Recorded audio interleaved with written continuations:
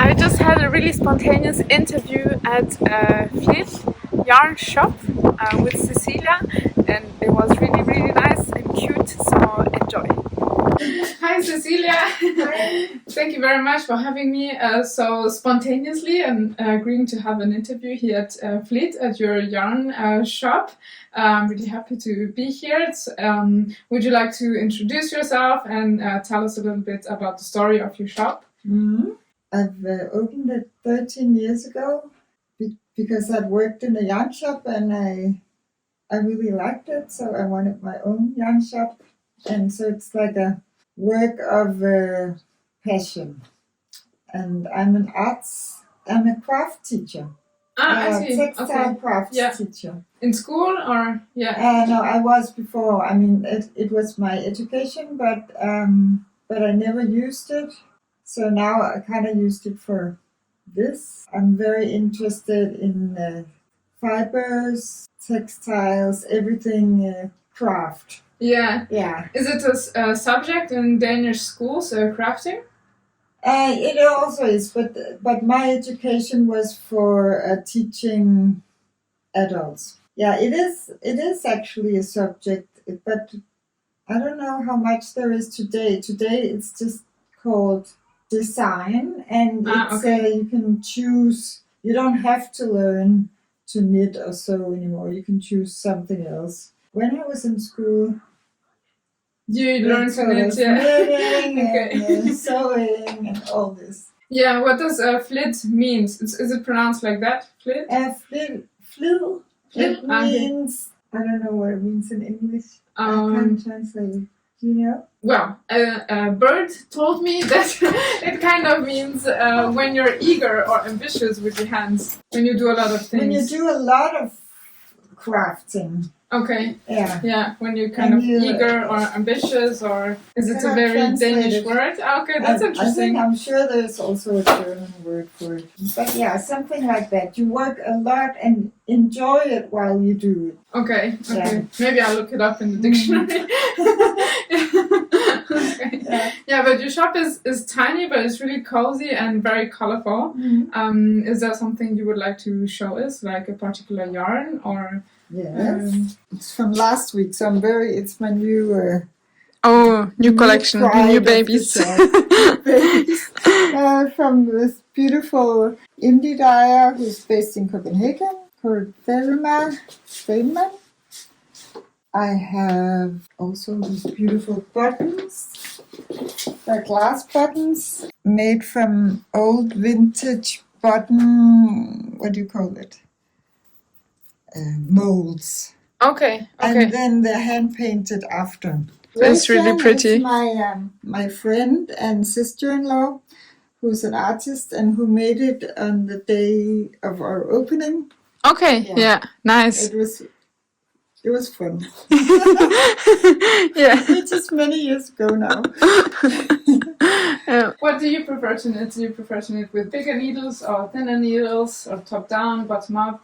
Medium 4 to 5 millimeters. Yes. I guess I like a top down because that's when I haven't knitted for more than 16 years. Okay. So I wasn't very used to the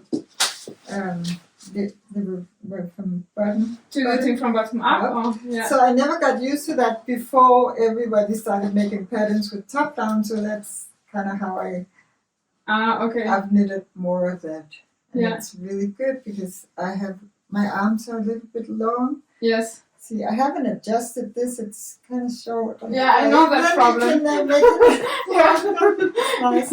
Me too. Yeah, I know that. Yes. Yeah, you like to wear it next to the skin. I'm a little bit sensitive, so. You know how to recommend the right yarn for people who are a little bit more sensitive, because sometimes there are customers who are a little bit more sensitive or think that wool is a little bit itchy, maybe, and so you're the right person to talk to. If someone is a little bit sensitive, then you know you have the perfect solution. Mm-hmm.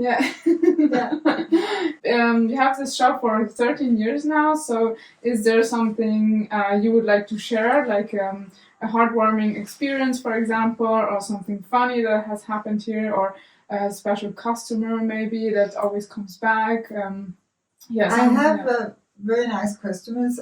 Fun part about having a yarn shop is that yarn customers are usually they're the best. Because they come, it's like they buy it because they want to craft and knit, and it's not like they're buying some milk in the supermarket. They really get invested in it, and it makes them happy. Yeah.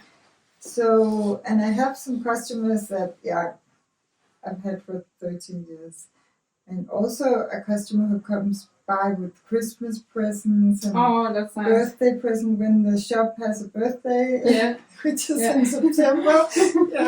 Okay, that's really nice. So it's nice that customers show their appreciation for your work, and you kind of get something back as well. Yes. And you see that people buy yarn and happiness. Yeah.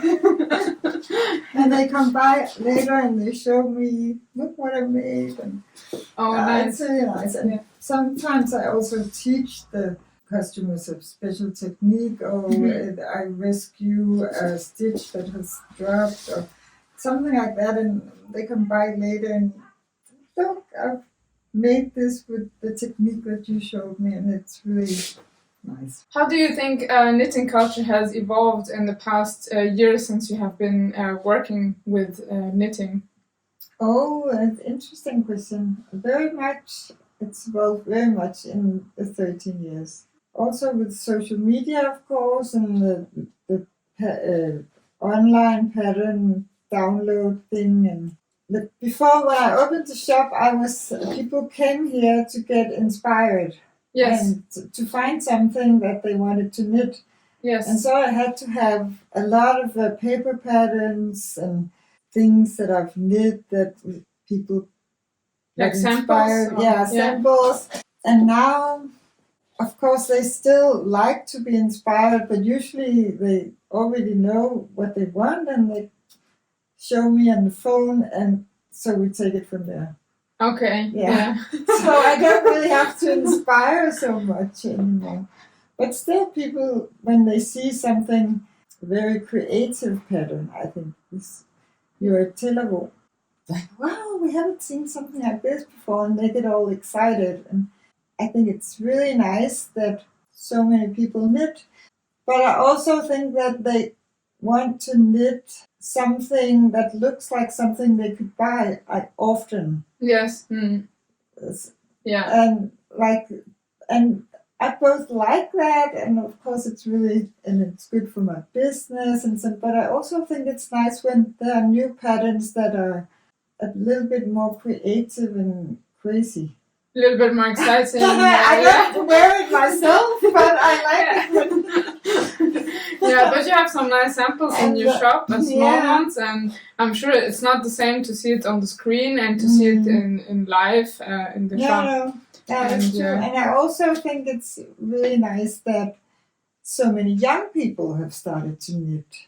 Yes. Because 13 years ago that wasn't the case. It's taken into a new generation. Yeah. And they do it in a different way. I really like that. So the cliche of the knitting is rather for old ladies or for grandmas is like, you think, a little bit faded. It's not so... Yeah, it's definitely faded. Okay, nice. That's a good thing that you notice that. And I totally agree about the patterns that I think if you have the skill of knitting, it's nice to do your own designs or just to improvise or to also knit patterns, but maybe put a twist on them and to kind of put a little bit of your personality or your taste into what you knit. Yeah, I totally agree with that. Okay, thank you very much. I know it was very spontaneous. I just jumped in here and hi, do you want to be on my video? So thank you very much for your openness and You're welcome. Bye. If you enjoyed, subscribe for more knitting and woolly content, more interviews. See you in the next video. Bye.